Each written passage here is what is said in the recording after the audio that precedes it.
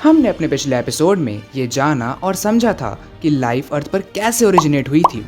अपने आर अर्थ की सीरीज में अभी तक हम अर्थ की फॉर्मेशन से लेकर यानी 4500 मिलियन ईयर्स से लेकर 3200 मिलियन ईयर्स तक का सफ़र तय कर चुके हैं।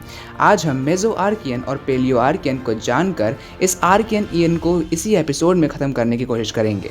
तो चलिए आज का ये बिंदास एपिसोड शुरू करते हैं।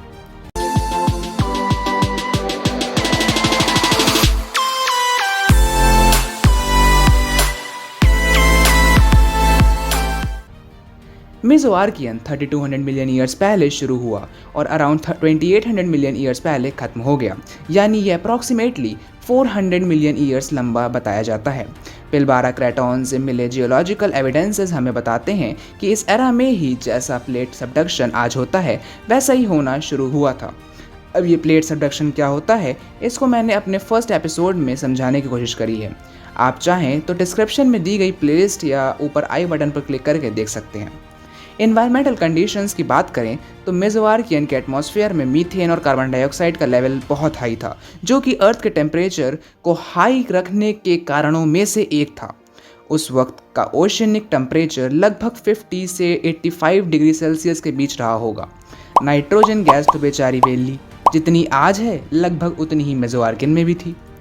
पैंगोला ग्लेशिएशन भी इसी पीरियड में अराउंड 2900 मिलियन ईयर्स पहले हुआ, जो कि अब तक का ओल्डेस्ट ग्लेशिएशन माना जाता है।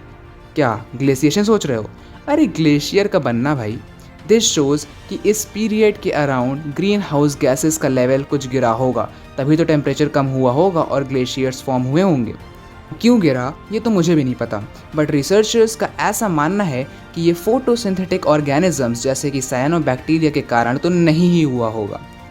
अब ये ग्लेशिएशन कहाँ हुआ, अलग अलग ऑथर्स अलग अलग ओपिनियन देते हैं। कोई बुक कहती है कि ये पोलर रीजन्स में हुआ तो कोई कहती है कि ट्रॉपिकल रीजन में। माइक्रोबियल लाइफ की बात करें तो हाँ, साइनोबैक्टीरिया थे, बट वो O2 लेवल में ज़्यादा कंट्रीब्यूट नहीं कर पा रहे थे। ऐसा क्यों? इसकी बात मैंने अपनी पिछली वीडियोस में करी है कि O2 का लेवल क्यों नहीं तेज़ी से बढ़ पा रहा था जितना बढ़ना चाहिए था। देखते हैं कमेंट में कौन सही आंसर देता है। तो ये थी मेसोआर्कियन की जनपत्री। अब बढ़ते हैं आर्कियन ईयन की लास्ट स्टेज न्यू आर्कियन की तरफ। इस एरा में एटमॉस्फेयर का हाल कुछ सुधरने लगा था। ऑक्सीजन का लेवल भी साइनोबैक्टीरिया में हो रहे ऑक्सीजनिक फोटोसिंथेसिस के कारण बढ़कर 0.1% के अराउंड हो गया था, जिससे न्यू आर्कियन के एंड तक एरोबिक माइक्रो ऑर्गेनिजम्स के ओरिजिन देखने को मिलते हैं। एरोबिक माइक्रो ऑर्गेनिजम्स अर्थात O2 का यूज़ करके एनर्जी बनाने वाले माइक्रो ऑर्गेनिजम्स। इसका एविडेंस हमें साउथ अफ्रीका के गमोहान फॉर्मेशन से मिलता है। इस एरा में कैनरलैंड सुपर कॉन्टिनेंट का फॉर्मेशन हुआ था अराउंड 2.7 मिलियन ईयर्स अगो, जो कि कुछ न्यू आर्कियन क्रेटन्स के एक्रेशन और कुछ नई कॉन्टिनेंटल क्रस्ट के फॉर्मेशन से बना था। आइए पहले दो टर्म्स क्रैटॉन्स और टेक्टोनिक प्लेट्स के बीच डिफरेंस समझते हैं। देखो भाई, अर्थ क्रस्ट तो ये यार जानते ही होगे, नहीं जानते तो कोई बात नहीं, मैं यहाँ पर क्यों हूँ। हाँ, तो अर्थ भाई साहब हमारे 4 लेयर्स में डिवाइडेड हैं, inner core, outer core, mental and crust. ये जो दोनों कोर हैं ये लिक्विड फॉर्म में होते हैं और लार्जली आयरन और निकल से बने होते हैं। मेंटल भैया कैरेमल कैंडी, हाँ वही इक्लेयर्स वाली टॉफ़ी में जो अंदर ब्राउन ब्राउन सा होता है, क्या कहते हैं उसे ज़रा बताना हमें कमेंट करके, जिन्हें भी चॉकलेट टॉफ़ी बहुत पसंद है। हाँ, तो मेंटल भी वैसा ही सेमी सॉलिड स्टेट में होता है और क्रस्ट एकदम ठोस पदार्थ जैसा और मेंटल एंड कोर के मुकाबले बहुत पतली होती है। अब यही क्रस्ट और मेंटल का अपर पार्ट मिलकर बनाते हैं लिथोस्फीयर।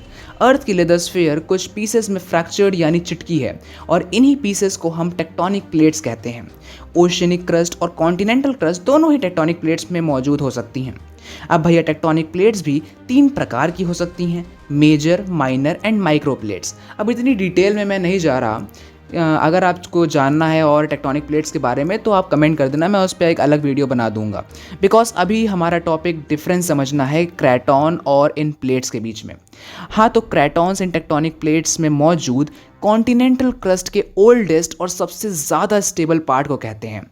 अब ये स्टेबल इसलिए भी होते हैं क्योंकि सालों से हो रही टेक्टोनिक प्लेट्स की ड्रिफ्टिंग और मर्जिंग से ये प्लेट्स के एकदम बीच में पहुंच जाते हैं, जहां इन्हें सबडक्शन वगैरह के माया मोह से मुक्ति प्राप्त हो जाती है। अब पिछले वीडियो देखे होंगे तो पता होगा कि सबडक्शन क्या होता है। अगर नहीं देखे हैं तो भैया प्लेलिस्ट का दे रखी है डिस्क्रिप्शन में, वहाँ पे जाके देख लीजिए आप लोग। खैर, मुझे लगता है कि आपको आर्कियन ईयन बहुत अच्छे से समझ आया होगा। तो अब हम प्रोटेरोजोइक ईयन को समझेंगे, जिसमें ग्रेट ऑक्सीडेशन इवेंट, यूरोनियन ग्लेशिएशन और लाइफ का एवोल्यूशन जैसे ढेर सारे इवेंट जानेंगे। जब तक मैं सजेस्ट करूँगा कि आप डिस्क्रिप्शन में दी गई प्लेलिस्ट में सारे एपिसोड्स अब तक के देख लें, from formation of Earth till Archean eon. तो अब हम मिलेंगे अपने अगले एपिसोड में। जब तक के लिए थैंक यू, धन्यवाद, जय हिंद और जय भारत।